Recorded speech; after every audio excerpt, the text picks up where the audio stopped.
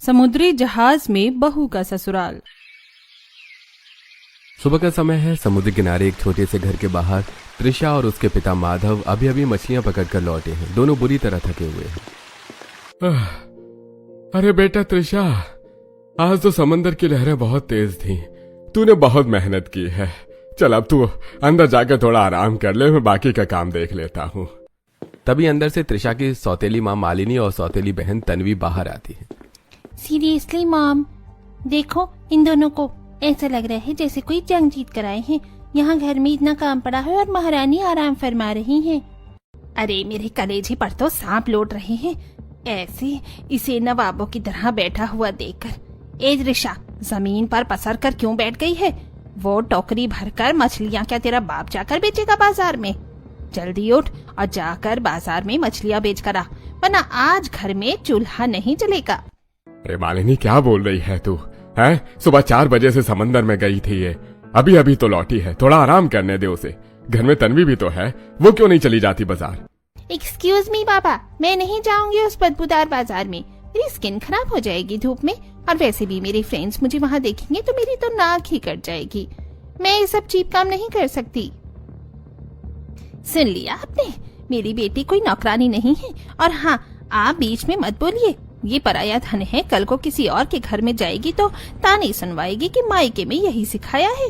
और त्रिशा, ड्रामा बंद कर और निकल यहाँ से। कोई बात नहीं बाबा, आप शांत हो जाओ। ठीक है माँ, मैं अभी बाजार चली जाती हूँ। आप लोग प्लीज आपस में मत लड़ो। दोपहर का समय था। मछली बाजार में त्रिशा बैठी और मछलियां बेच रही है। तभी 2 अमीर औरतें वहां आती हैं। हाय राम, ये माधव की बेटी है ना? देखो तो खुले बाजार में आदमियों के बीच बैठकर दुकान लगा रही है। पता नहीं कैसे संस्कार दिए हैं घर वालों ने। वही तो, जवान लड़कियां ऐसे खुलेआम बाजार में बैठेंगी तो समाज क्या कहेगा? आंटी जी, जब मेरे घर में खाने को रोटी नहीं होती ना, तो ये आपका समाज पार्सल लेकर नहीं आता मुझे खिलाने के लिए।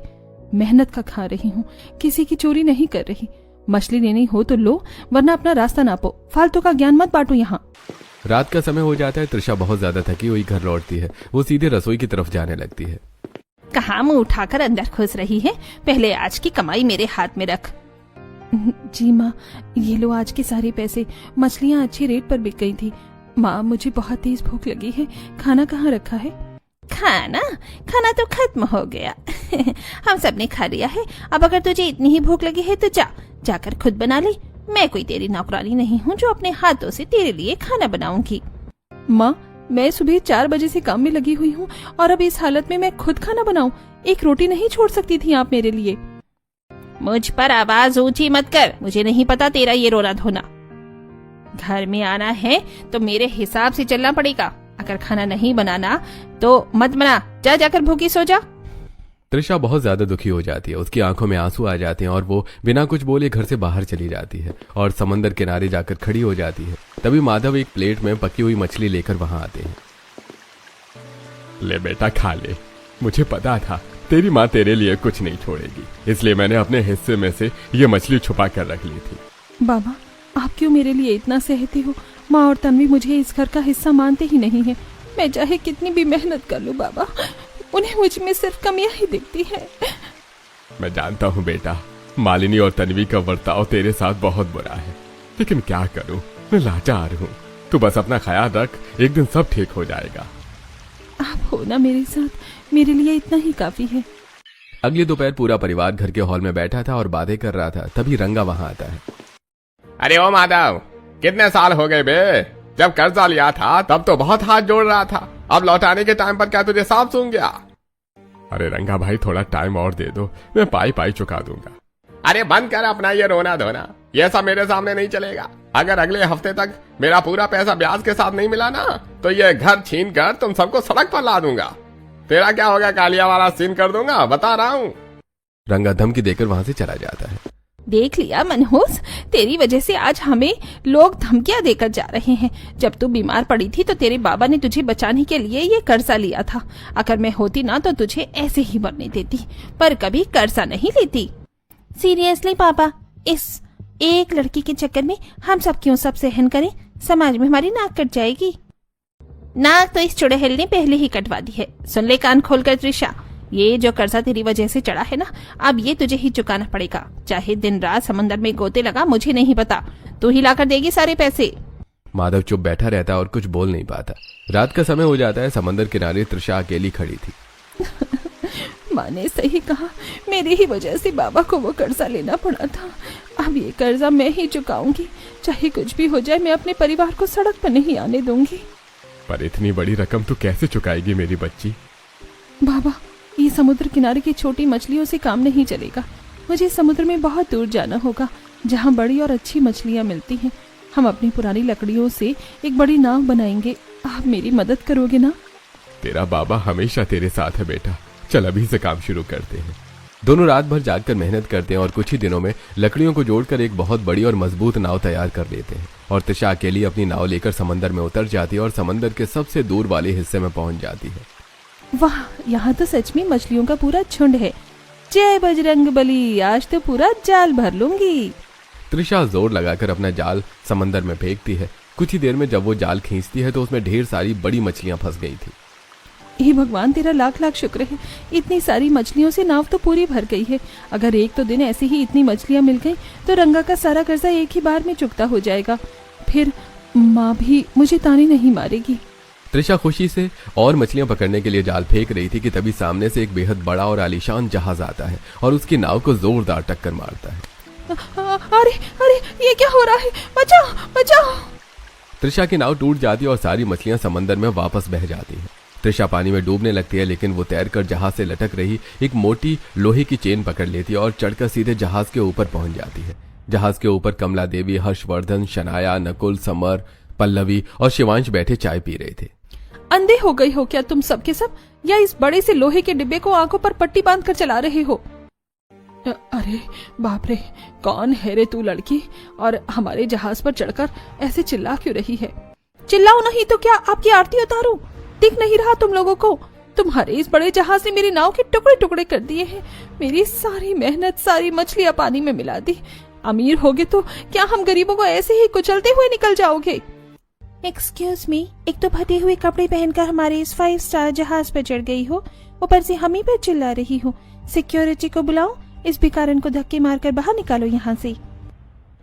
ए हेलो, अपनी ये स्मार्ट इंग्लिश अपने पास रख, समझी? जहाज होगा तेरा, पर ये समुद्र तेरे बाप की जागीर नहीं है। गलती तुम्हारी है, तुम्हारे जहाज को चलाने वाले कैप्टन की है। नुकसान तुमने किया है मेरा, और अकड़ ऐसे दिखा रहे हो जैसे कोई महारानी हो। सीधे सीधे हट जाना भरो, वरना यहाँ ऐसा हंगामा करूंगी कि तुम्हारी सारी 5 स्टार गिरी निकल जाएगी। अरे शांत हो जा बेटा, हमसे सच में गलती हो गई। हमें अंदाजा नहीं था कि नीचे कोई नाव है। कैप्टन ने ध्यान नहीं दिया होगा, गलती हो गई। लेकिन अब तू शांत हो जा। कसम से लड़की में हिम्मत तो बहुत है। शनाया का मुंह कैसे बंद कर दिया इसने 1 मिनट में। पूरा परिवार तृषा के गुस्से और हिम्मत को देखकर चुप हो जाता है। तभी शिवांश आगे आता है। शांत हो जाइए please, I am really sorry. हमारी वजह से तुम्हारा बहुत बड़ा नुकसान हुआ है, मैं मानता हूँ। यार क्या धाकड़ लड़की है ये। हमारे सामने तो शहर के बड़े बड़े लोग मुंह नहीं खोलते, और ये अकेली हम सबकी क्लास लगा रही है। दम तो है इसमें। देखो, जो नाव टूट गई उसे तो मैं वापस नहीं ला सकता, लेकिन हाँ, मैं तुमसे वादा करता हूँ, तुम्हारे लिए एकदम नई और मजबूत नाव मैं खुद बनवा कर दूंगा। तब तक तुम चाहो तो हमारे जहाज पर रुक सकती हो। मुझे नहीं रुकना यहाँ, मुझे बहुत काम है। बस मेरी नाव बनवा दो, मुझे अपने घर जाना है। मेरे बाबा परेशान हो रहे होंगे। कुछ घंटों बाद शिवांश एक नई नाव का इंतजाम करता है और तृषा के साथ उस नाव में बैठकर उसे घर छोड़ने के लिए जाता है। वैसे मानना पड़ेगा, तुम्हारी आवाज में बहुत दम है। मेरे पूरे परिवार की बोलती बंद कर दी तुमने। बाय द वे, मेरा नाम शिवांश है, और वो जो तुमने बड़ा सा लोहे का डिब्बा देखा था ना, वो असल में हमारे रिजॉर्ट है। हमारी पूरी फैमिली उसी जहाज पर रहती है और बिजनेस चलाती है। अच्छा, मतलब तुम लोग जमीन पर रहते ही नहीं? अजीब लोग हो। वैसे मेरा नाम तृषा है। मैं बस अपने बाबा के साथ मछलियाँ पकड़ती हूँ और बाजार में बेचती हूँ। मेरी लाइफ में तुम्हारे इस रिसोर्ट जैसा कोई फैंसी ड्रामा नहीं है। हम जैसे लोगों को नॉर्मल लाइफ जीने के लिए भी बहुत हार्ड वर्क करना पड़ता है। अरे तुम हमेशा ऐसे ही गुस्से में बात करती हो, या आज मुझ पर कोई स्पेशल मेहरबानी है? जब सिर पर दुनिया भर की टेंशन और कर्जा हो ना, तो इंसान मीठी बातें करना भूल जाता है। शिवांश जी। कुछ देर बाद दोनों समंदर किनारे पहुंच जाते हैं। तृषा नाव से उतरकर अपने घर की तरफ जा ही रही होती है कि तभी उसकी माँ और बहन उसके सामने आ जाती है। आ गई महारानी। सुबह तो बड़ी बड़ी बातें करके गई थी, आज कर्जा चुका दूंगी। कहाँ है मछलियाँ? ये ऐसे ही मुंह उठाकर आ गई है। मॉम, मैंने तो पहले ही कहा था ये कोई काम वाम नहीं करती, पक्का समुद्र किनारे बैठकर किसी के साथ चिल कर रही होगी। हमारा तो घर भी नीलाम करवा कर रही माने की ये मनहूस। माँ प्लीज मेरी बात तो सुनो, वो मेरी नाव। शिवांश वहां खड़ा ये सब सुन रहा था। आंटी जी आप इसे मत डांटिए, आज इसने जितनी भी मछलियां पकड़ी थी वो सब मैंने बहुत अच्छे दाम में खरीद ली हैं। ये लीजिए, ये रहे मछलियों के सारे पैसे। ये तुम क्या कर रही हो शिवांश? मुझे तुम्हारे ये पैसे नहीं चाहिए। अरे तो चुप कर जाना चुड़ैल, बीच में क्यों बोल रही है? बेटा भगवान तुम्हारा भला करे। अरे वाह, इतने सारे पैसे। तन्वी देख, आज तो रंगा का आधा कर्जा ऐसे ही चुकता हो जाएगा। शाम का समय हो जाता है। समंदर किनारे ठंडी हवा चल रही थी। त्रिशा और शिवांश एक पत्थर पर बैठे समंदर की लहरों को देख रहे थे। तुम्हें पता है त्रिशा, आज तक मैंने सिर्फ अपने जहाज से समंदर देखा था, लेकिन यहाँ किनारे पर बैठकर इसे देखने का सुकून ही कुछ और है। वैसे तुम हमेशा इतनी सीरियस क्यों रहती हो? जब जिंदगी मजाक बन जाए ना शिवांश, तो इंसान सीरियस ही हो जाता है। मेरी असली माँ तो बचपन में ही गुजर गई थी। उसके बाद बाबा ने दूसरी शादी कर ली। मुझे लगा एक और माँ मिल जाएगी, लेकिन मुझे सिर्फ ताने और काम मिला। सौतेली माँ और वो तुम्हारी बहन तन्वी, वो तो सच में बहुत अजीब है। हाँ, उन दोनों को बस पैसों से मतलब है। मेरे बाबा बहुत अच्छे हैं, वो मुझसे बहुत प्यार करते हैं, लेकिन घर की शांति के लिए वो चुप रह जाते हैं। मुझसे उनका ये दर्द नहीं देखा जाता। बस इसीलिए दिन रात मछलियाँ पकड़ती हूँ ताकि किसी तरह वो कर्जा उतर जाए और बाबा को सुकून मिले। तुम बहुत अच्छी हो त्रिशा। इतनी कम उम्र में इतना बड़ा स्ट्रगल करना हर किसी के लिए आसान नहीं है। सच कहूँ तो तुम्हारी इसी बात ने मुझे तुम्हारा फैन बना दिया है। अगले दिन सुबह का समय था। त्रिशा शिवांश को बाजार घुमाती और फिर दोनों एक दुकान पर चाय पीते हैं। वाह, तुम्हारे इस बाजार की चाय के सामने हमारे 5 स्टार रिजॉर्ट की कॉफी भी फेल है। अरे ये तो हमारे बाजार की स्पेशल चाय है। वैसे कल तुम वापस अपने जहाज पर जा रहे हो ना?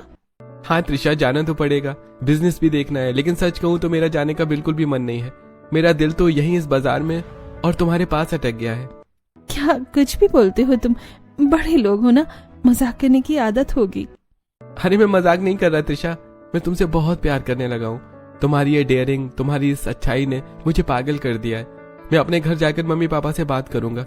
मुझे अपनी पूरी जिंदगी तुम्हारे साथ ही बितानी है। मैं तुमसे ही शादी करूंगा। क्या सच कह रहे हो? लेकिन मेरा परिवार और तुम्हारा स्टेटस सब कितना अलग है। अरे प्यार में स्टेटस नहीं देखा जाता त्रिशा, सिर्फ दिल देखा जाता है, और तुम्हारा दिल सोने का है। अगले दिन शिवांश अपने जहाज पर पहुंच जाता है और अपने परिवार को त्रिशा के बारे में बताता है। अरे वाह, फाइनली तूने अपने लिए कोई लड़की पसंद कर ही ली। मुझे तो लगा था तू इस जहाज और मछलियों के बिजनेस से ही शादी करेगा। अगर तूने उसे पसंद किया है तो वो लड़की जरूर बहुत अच्छी होगी। अरे बिल्कुल, हमारे बेटे की पसंद पर हमें पूरा भरोसा है। मामी जी सही कह रही हैं। वैसे भी इस बड़े से घर में एक नई देवरानी की बहुत जरूरत थी। अब तो शॉपिंग शुरू करनी पड़ेगी। वेट वेट वेट मॉम, आप लोग उस मछुआरन को इस घर की बहू बनाने के लिए रेडी हो गई हो? वो गरीब सी लड़की जिसके पास ढंग के कपड़े भी नहीं है, वो हमारे इस 5 स्टार रिसोर्ट में आकर रहेगी। लोग क्या कहेंगे कि हमने घर की छोटी बेटी की शादी एक भिखारन से कर दी है। शनाया, तू अपना ये ओवर ड्रामा बंद कर। शादी शिवांश को करनी है, तुझे नहीं। मैं उस बदबूदार मछुआरन को अपनी भाभी कभी एक्सेप्ट नहीं करूंगी। नेवर। शनाया, अपनी जबान पर लगाम लगा। वो मेरी होने वाली पत्नी है। मैंने उसकी गरीबी देखकर प्यार नहीं किया है, मैंने उसकी हिम्मत और उसके दिल को देखकर प्यार किया है। और सुन ले कान खोलकर, अब इस जहाज की और इस घर की बहू त्रिशा ही बनेगी। अगर किसी को कोई प्रॉब्लम हो तो वो अपने कमरे में बंद रहे, मुझे कोई फर्क नहीं पड़ता। कुछ दिन बीत जाते हैं और त्रिशा और शिवांश की शादी हो जाती है। त्रिशा का गृह प्रवेश हो रहा था। पूरा परिवार बहुत खुश था, लेकिन शनाया बहुत गुस्से में लग रही थी। आजा मेरी बच्ची, आज से ये घर, ये जहाज सब तेरा है। त्रिशा कलश गिराकर अंदर आती है, तभी शनाया उसके पास आती है। वेलकम त्रिशा। वैसे अपनी पूरी जिंदगी में तुमने सपने में भी इतनी महंगी जगह नहीं देखी होगी ना। संभल कर चलना, यहाँ की एक एक चीज तुम्हारे पूरे खानदान की कमाई से ज्यादा महंगी है। मुझे तो डर है कि कहीं तुम भिखारन की तरह हमें ही ना लूटने लग जाओ। शनाया, ये क्या बदतमीजी है? कोई बात नहीं भाभी, ने बोलने दीजिए। वैसे शनाया जी, घर बड़ा होने से इंसान का दिल बड़ा नहीं हो जाता। और रही बात लूटने की, तो हम गरीब लोग मेहनत से कमाना जानते हैं। किसी का हक लूटना नहीं। खजाना पैसों का नहीं, अच्छे संस्कारों का होना चाहिए, जो शायद महंगी चीजों के बीच रहकर आप भूल गए हैं। तो प्लीज आगे से मुझे मेरे खानदान का ताना मत मारना, वरना मुझे भी जवाब देना बहुत अच्छे से आता है। Got it? त्रिशा की ये बात सुनकर शनाया का मुंह खुला का खुला रह जाता है और वो चुपचाप वहां से चली जाती है। रात का समय हो जाता है, पूरा जहाज लाइटों से चमक रहा था। शिवांश त्रिशा का हाथ पकड़कर उसे रिजॉर्ट और जहाज दिखा रहा था। तो मिसेस त्रिशा, शिवांश, कैसा लग रहा है आपको हमारा ये तैरता हुआ महल? ये तो सच में किसी सपने जैसा है शिवांश। मैंने तो कभी सोचा भी नहीं था कि जहाज के अंदर इतनी बड़ी दुनिया बसती है। इतने बड़े बड़े कमरे, ये झूमर, सब कुछ कितना सुंदर है। अभी तो तुमने कुछ देखा ही नहीं है। आओ मैं तुम्हें इस रिजॉर्ट की जान दिखाता हूँ, हमारा मेन किचन। शिवांश त्रिशा को किचन में ले जाता है। किचन बहुत ज्यादा बड़ा और मॉडर्न था। किचन में चारों तरफ ऑटोमेटिक मशीनें लगी हुई थी। वाह, इतना बड़ा किचन! यहाँ तो एक साथ 100 लोगों का खाना बन सकता है। हाँ, और अब इस किचन की, इस रिजॉर्ट की और मेरी सबकी जिम्मेदारी तुम्हारी है। मुझे पता है तुम अपने टैलेंट से इस जगह को और भी शानदार बना दोगी।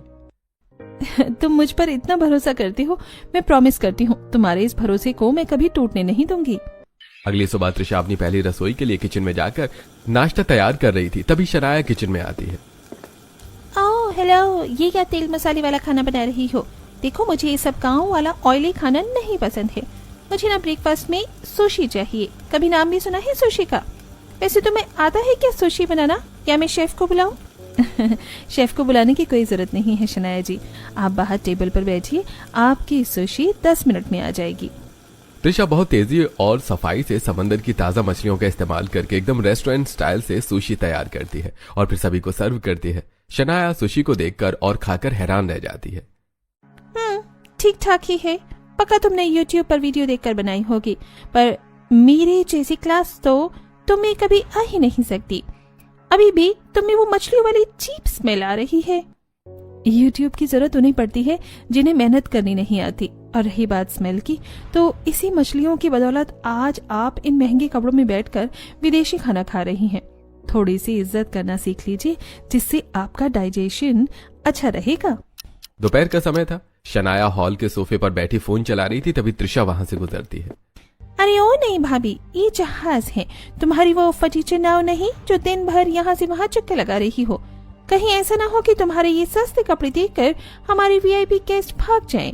हमारी तो सोसाइटी में नाक ही कट जाएगी। गेस्ट कपड़े देखकर नहीं, काम और इंसानियत देखकर रुकते हैं शनाया जी। वैसे आप दिन भर जो ये दूसरों को नीचा दिखाने की ओवर एक्टिंग करती है ना, इसके लिए आपको तो ऑस्कर मिलना चाहिए। त्रिशा मुस्कुराते हुए वहां से चली जाती है। रात का समय हो जाता है। पूरा परिवार डाइनिंग टेबल पर बैठा था और जहाज के रिजॉर्ट की बात चल रही थी। शिवांश, इस महीने इस रिसोर्ट की बुकिंग थोड़ी कम आई है। हमें कुछ नया करना पड़ेगा, वरना मार्केट में टिकना मुश्किल हो जाएगा। पापा जी, अगर आप बुरा ना माने तो मैं एक बात कहूँ? अरे बोल ना बहू, इसमें बुरा मानने वाली क्या बात है? ये घर और बिजनेस अब तेरा भी तो है। हमें इस रिसोर्ट को एक विलेज की थीम देनी चाहिए, मतलब सब कुछ एकदम देसी और समुद्र से जुड़ा हुआ। मेहमान यहाँ 5 स्टार फील के लिए नहीं, बल्कि कुछ अलग एक्सपीरियंस करने आते हैं। हम जहाज को लकड़ी और लालटेन से डेकोरेट कर सकते हैं और किचन में विदेशी खाने के साथ साथ हमारी असली मछुआरों वाली स्पेशल रेसिपीज रखेंगे जो मैंने बाबा से सीखी है। लोग उंगलियां चाटते रह जाएंगे। वाह त्रिशा, आइडिया तो एकदम कड़क है। इसे हमारा रिसोर्ट बाकी सबसे बिल्कुल अलग और यूनिक लगेगा। बिल्कुल सही कह रही है पल्लवी। पापा, हमें ये थीम ट्राई करनी चाहिए। त्रिशा की समंदर की नॉलेज हमारे बहुत काम आएगी। अरे वाह बहू, तूने तो मेरी परेशानी ही चुटकियों में सुलझा दी। कल से ही इस आइडिया पर काम शुरू होगा। अगले दिन सुबह से ही जहाज पर डेकोरेशन का काम शुरू हो जाता है। त्रिशा खुद डिजाइनर्स और मजदूरों के साथ लगकर काम करवा रही थी।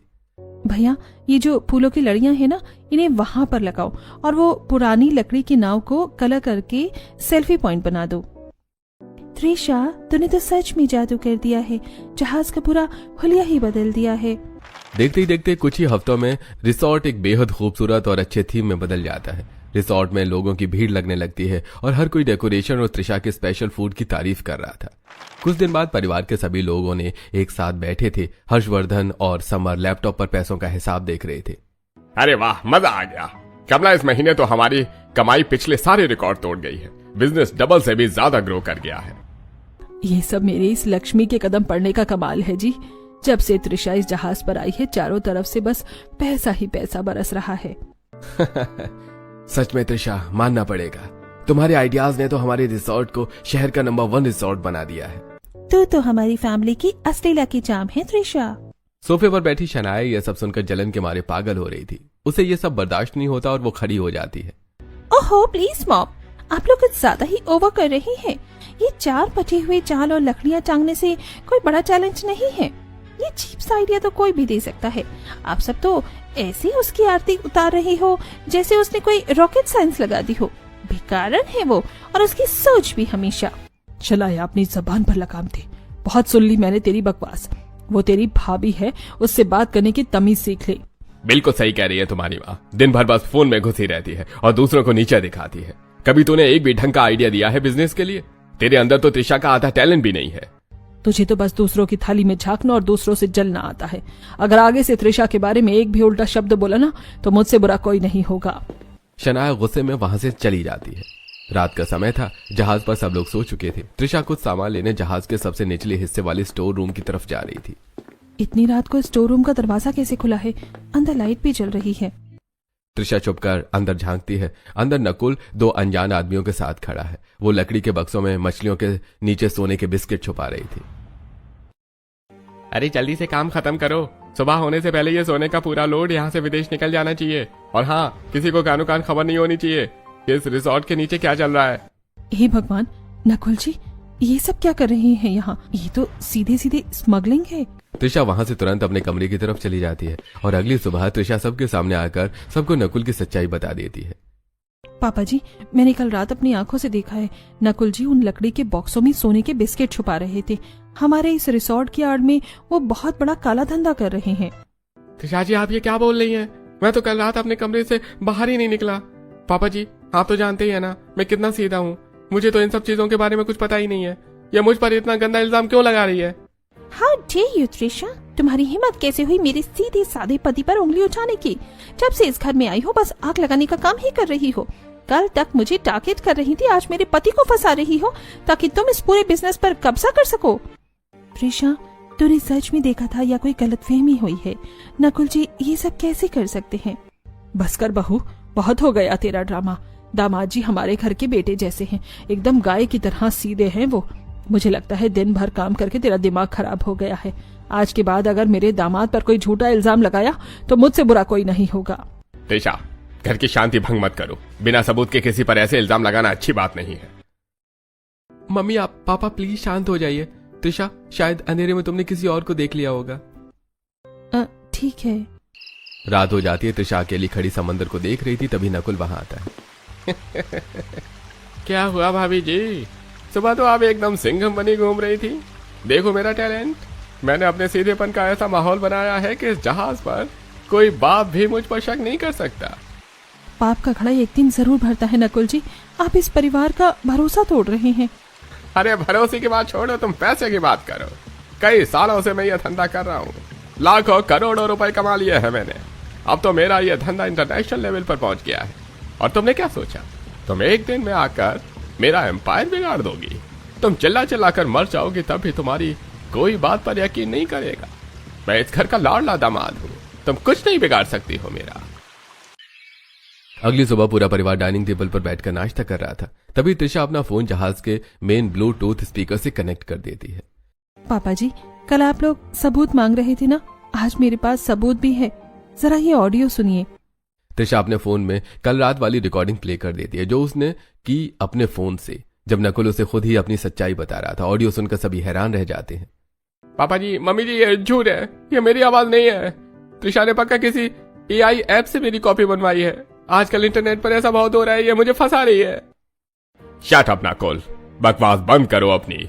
हम उम्र में बड़े जरूर है लेकिन इतने बेवकूफ नहीं है कि इसलिए आवाज और AI से बनी आवाज का फर्क न समझ सके। तूने हमारे भरोसे का खून किया है नकुल। मैंने तुझे अपना बेटा समझा था और तू हमारे ही घर में बैठकर हमारे ही जहाज का इस्तेमाल स्मगलिंग के लिए कर रहा था। शर्म नहीं आई तुझे? नकुल, ये सब क्या है? तुमने मुझसे भी इतना बड़ा झूठ बोला। शनाया, तू पीछे हट। इस क्रिमिनल से बात करने की कोई जरूरत नहीं है। पापा, मैंने पुलिस को बुला लिया है, वो बस आते ही होंगे। थोड़ी देर में पुलिस वहां पहुंच जाती है और नकुल को अपने साथ ले जाती है। शनाया रोते हुए अपने कमरे में चली जाती है। मुझे माफ कर दे मेरी बच्ची। तो इस घर को बचाने की कोशिश कर रही थी और मैं अंधी होकर उसी क्रिमिनल का साथ दे रही थी। मैंने तुझे कल सबके सामने कितना कुछ सुनाया। मैं बहुत बुरी सास हूँ। अरे मम्मी जी, आप ये क्या कह रही हैं? आप बड़ी हैं, प्लीज हाथ मत जोड़िए। माँ बाप को बच्चों पर गुस्सा करने का पूरा हक है। तुम सच में इस घर की लक्ष्मी हो बेटा। अगर आज तुम अपनी समझदारी से वो रिकॉर्डिंग नहीं करती तो कल को पुलिस हम सबको अरेस्ट कर लेती। तुमने हमारे पूरे परिवार की इज्जत और ये जहाज दोनों बचा लिए। सॉरी त्रिशा, कल हम सब ने तुम पर बिल्कुल भी विश्वास नहीं किया। मुझे तो हमेशा से तुम पर पूरा भरोसा था। आप लोग प्लीज ये सॉरी बोलना बंद कर दीजिए। जहाज के कोने में शनाया जमीन पर बैठकर रो रही थी। त्रिशा उसे रोता हुआ देखकर उसके पास जाती है। शनाया प्लीज चुप हो जाओ। जो हुआ उसमें तुम्हारी कोई गलती नहीं थी। खुद को ऐसी सजा मत दो। डोंट टच मी त्रिशा, दूर रहो मुझसे। तुम यहाँ क्या मेरा मजाक उड़ाने आई हो या अपनी ग्रेटनेस दिखाने आई हो? तुमने मेरी पूरी लाइफ स्पॉइल कर दी है और अब यहाँ सिंपैथी दिखा रही हो।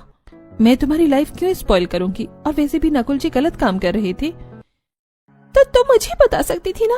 अकेले में बुलाकर मुझे वो रिकॉर्डिंग दिखा देती, मैं उन्हें समझा लेती। अरे घर का मैटर था, बंद कमरे में सॉल्व हो जाता। पर नहीं, तुम्हें तो सबके सामने हीरोइन बनना था। सबके सामने स्पीकर पर चला ही दिया तुमने। मेरे पति को पुलिस ले गई। सोचो कल को सोसाइटी में लोगों को पता चलेगा तो क्या कहेंगे लोग? चोर को जेल में रखा जाता है शनाया, और तुम उस इंसान के लिए रो रही हो जिसने तुमसे इतना बड़ा सच छुपाया। अगर कल को पुलिस रेड मारती और हम सब उस स्मगलिंग के चक्कर में पकड़े जाते तब तुम्हारा ये समाज तुम्हें बचाने आता। सच कड़वा है पर सच है। त्रिशा वहां से चली जाती है। अगली सुबह जहाज के रिसोर्ट में 3-4 नए गेस्ट आते हैं। वेलकम सर, कहिए मैं आपकी क्या मदद कर सकती हूँ? बुकिंग तो हमारी पहले से ही है मैडम जी। बस समझ लो हम अपनी किसी पुरानी डील का मजा लेने आए हैं यहाँ। सुना है आपका ये रिसोर्ट बहुत फेमस है। जी सर, आप लोग प्लीज मुझे अपनी आईडी दे दीजिए, फिर मैं आपको आपकी रूम दिखाती हूँ। त्रिशा बहुत ही अच्छी तरह से उनका स्वागत करती है। समय बीत जाता है और रात हो जाती है। पूरा परिवार डाइनिंग टेबल पर खाना खाने के लिए बैठा हुआ था। तभी वो चारों नए गेस्ट वहां आते हैं। हे भगवान, अरे आप लोग कौन हैं? अरे खाना वाना बाद में खाना आंटी जी, पहले हमारा हिसाब कर दो। तुम्हारा वो लाडला दामाद नकुल जो अब सरकारी मेहमान बन गया है, उसकी वजह से हमारी करोड़ों की डील कैंसिल हो गई है। क्या बकवास है ये? हमारा उसके काले धंधे से कोई लेना देना नहीं है। आप लोग प्लीज हमारे जहाज से बाहर निकल जाइए। अरे आवाज नीचे बुड्ढे। नकुल तुम्हारा दामाद था। अब जो हमारा घाटा हुआ है उसकी वसूली हम तुम लोगों से ही करेंगे। चुपचाप बताओ इस जहाज की तिजोरी कहाँ है, वरना एक एक को समंदर में फेंक दूंगा। तुम्हारी हिम्मत कैसे हुई मेरे परिवार को धमकाने की? एक गुंडा तुरंत शिवांश से उसका फोन ले लेता है। इसी अफरा तफरी के बीच त्रिशा बहुत ही समझदारी दिखाते हुए चुपके से हॉल के पीछे वाले दरवाजे से वहां से चली जाती है। कोई उसे देख नहीं पाता। अरे चलो सबके समंदर, जब तक पैसा नहीं मिलेगा कोई यहां से जिंदा बाहर नहीं जाएगा। चारों गुंडे पूरे परिवार को एक कमरे में बंद कर देते हैं। अब बताओ तिजोरी की चाबी किसके पास है? तभी अचानक पूरे जहाज की लाइट चली जाती है और चारों तरफ अंधेरा हो जाता है। अरे ये लाइट किसने काटी? मेरा भाई कुछ दिखाई नहीं दे रहा है। अंधेरे में त्रिशा चुपके से आती है। उसके हाथों में मछलियां पकड़ने वाले बहुत बड़ी जाल थे। वो पूरी ताकत से उन जालों को गुंडों के ऊपर फेंक देती है। अरे छोड़ो मुझे। अरे ये क्या फेंक दिया मेरे ऊपर? मैं हिल नहीं पा रहा हूँ।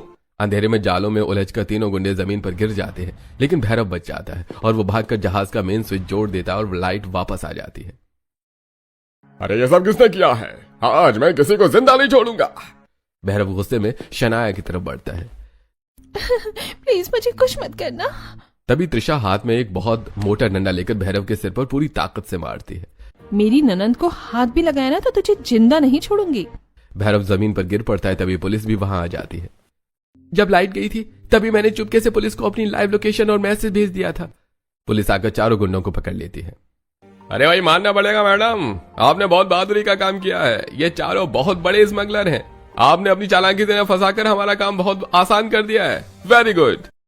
पुलिस गुंडों को लेकर वहां से चली जाती है। I am so sorry Trisha, मैं कितनी बड़ी बेवकूफ और सेल्फिश थी। मैंने तुम्हें हमेशा नीचे दिखाया, तुम्हारे कपड़ों का, तुम्हारी गरीबी का मजाक उड़ाया, तुम्हें हमेशा ताने मारे और पता नहीं क्या क्या बोला। पर आज जब मेरी जान खतरे में थी तो तुमने एक सेकंड भी नहीं सोचा।